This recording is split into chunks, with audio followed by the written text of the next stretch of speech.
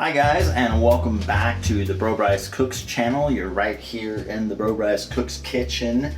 And today we are going to do a little trick that I found and sort of tweaked called Fathead Chalupas. Now we're using the original recipe for Fathead Pizza Crust from the Fathead movie website, and I'll give you the link in the description down below. We're using mozzarella, and we're using almond flour, and we're using cream cheese as the base for our crust or our shells that we're making for our chalupas. We freeze the almond flour and the mozzarella together in a bag. You can add the cream cheese later. 1.5 cups of mozzarella, and then there's 3/4 cup of almond flour. We always shred our own mozzarella because there's all kinds of like wood pulp and cellulose and potato starch and all kinds of carbs that people add to shredded cheeses that you buy from the store. So I urge you, don't ever just go for the convenient stuff. This happens to be part skim mozzarella, and I'm gonna add 1 ounce of Philadelphia cream cheese. The recipe calls for 2 tablespoons. I find that 1 ounce is just perfect. It's about 2 tablespoons if you look at it. I use these 1 ounce singles here, and they're really easy because if you want to soften them, all you got to do is run it back and forth in your hands, and suddenly it gets real soft and real creamy. These we also freeze, so even though everybody says don't freeze cream cheese, we use it for this recipe all the time. It works perfectly. Take this and I'm gonna add it right into my bowl here. This is all defrosted already. If you don't have it defrosted and you want to take it right out of the freezer and use it, you can just stick it right in the microwave for 1 minute and then add your cream cheese and throw it in the microwave for 1 minute. It's been in the microwave for 1 minute. It's starting to melt, so we're gonna mix all this stuff up. And you'll see how I do it. Everybody's got their own trick for mixing up the cheese and everything. And I find that heating up the almond flour in there with the cheese makes it seem to blend together a lot easier. I use the back of the spoon and just keep smashing it from the side. And you start making it into a dough rather quickly. Everybody says, well, it seems like it's just not gonna blend at all. When you put the almond flour in the microwave with it, it heats it up and it makes it blend into the cheese a lot quicker. I'm gonna add 1 egg to it after we microwave it for another 30 seconds.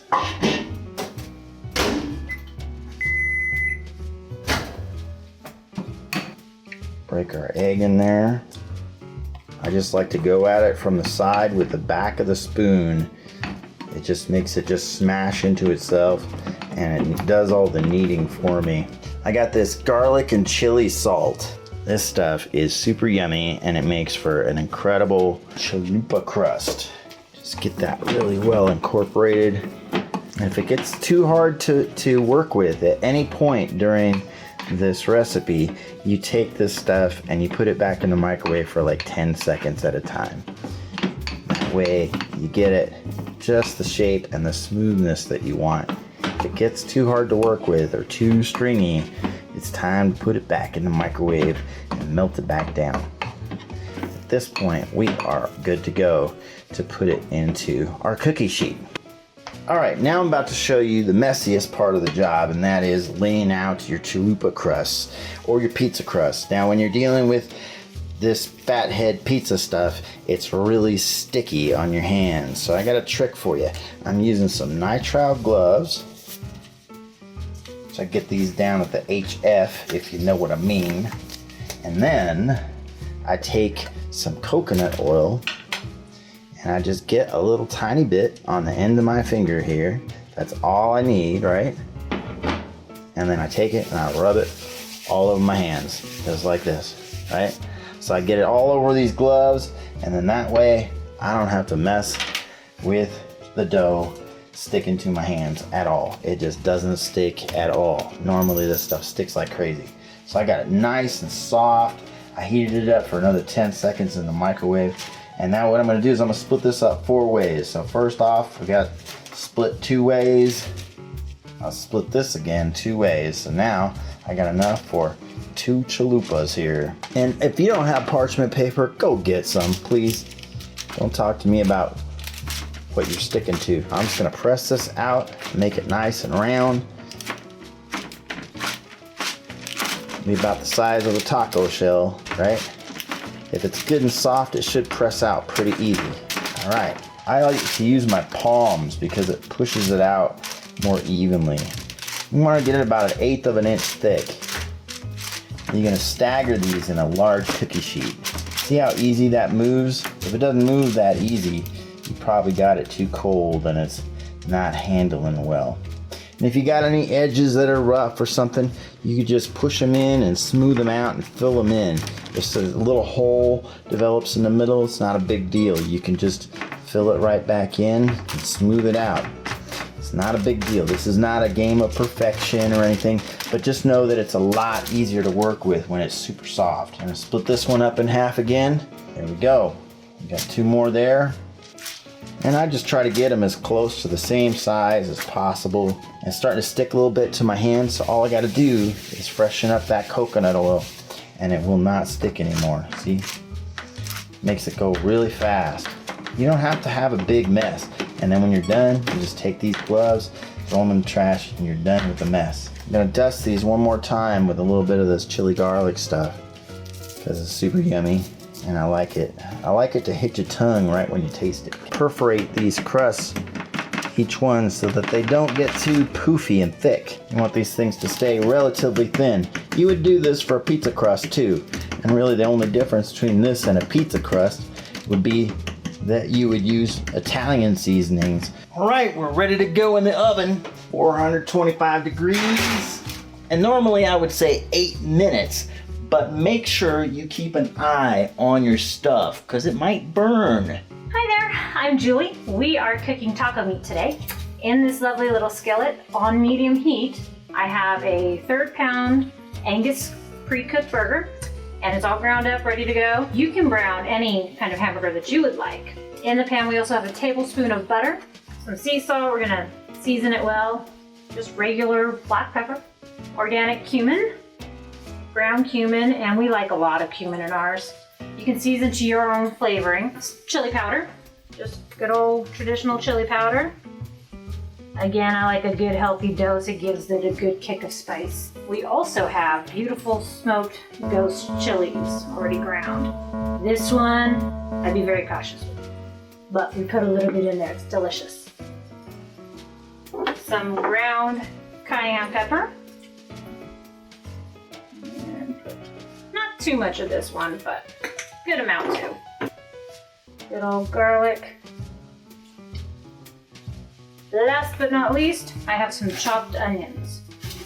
The reason I put my own seasonings in the taco meat instead of buying the prepackaged ones in the store is because, well, it's real food. Also, it doesn't have any of the carbs the prepackaged stuff has, and it tastes better. We're coming up on like 6.5 minutes, and our chalupas are starting to look beautiful, but again, they're not quite ready yet.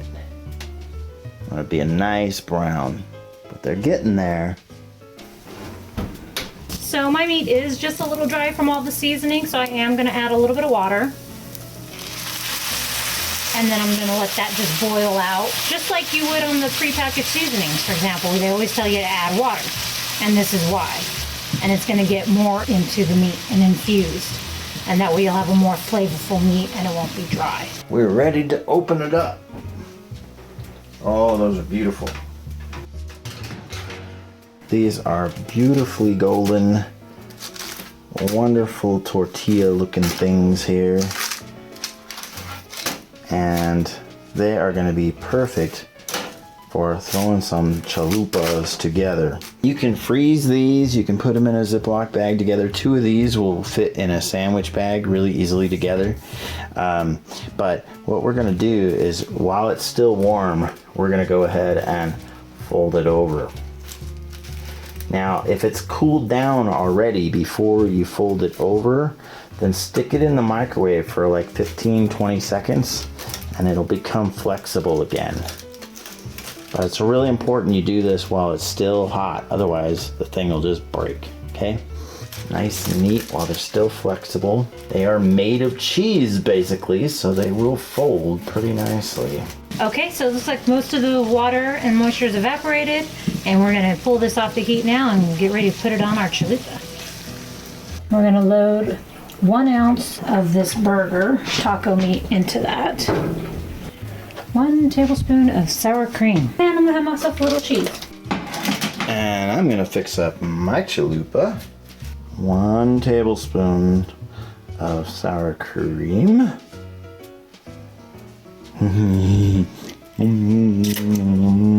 About a 1/2 ounce of cheddar cheese grated. And there's my chalupa. Now, the moment of truth. But I know that she really kicked up the spices in this taco meat, so it might be a surprise.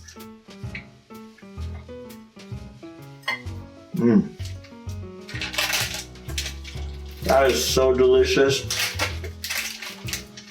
You know, I don't miss fast food at all. I don't miss taco night. This is amazing. It's wonderful. Very tasty. It looks like a chalupa. Tastes like a chalupa. Guess what?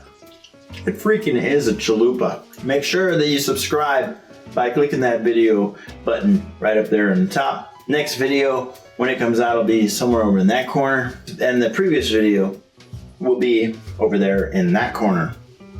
And she's trying to duck out of the video somehow. I don't know. Anyway, we'll see you next time. Keto on, my friends.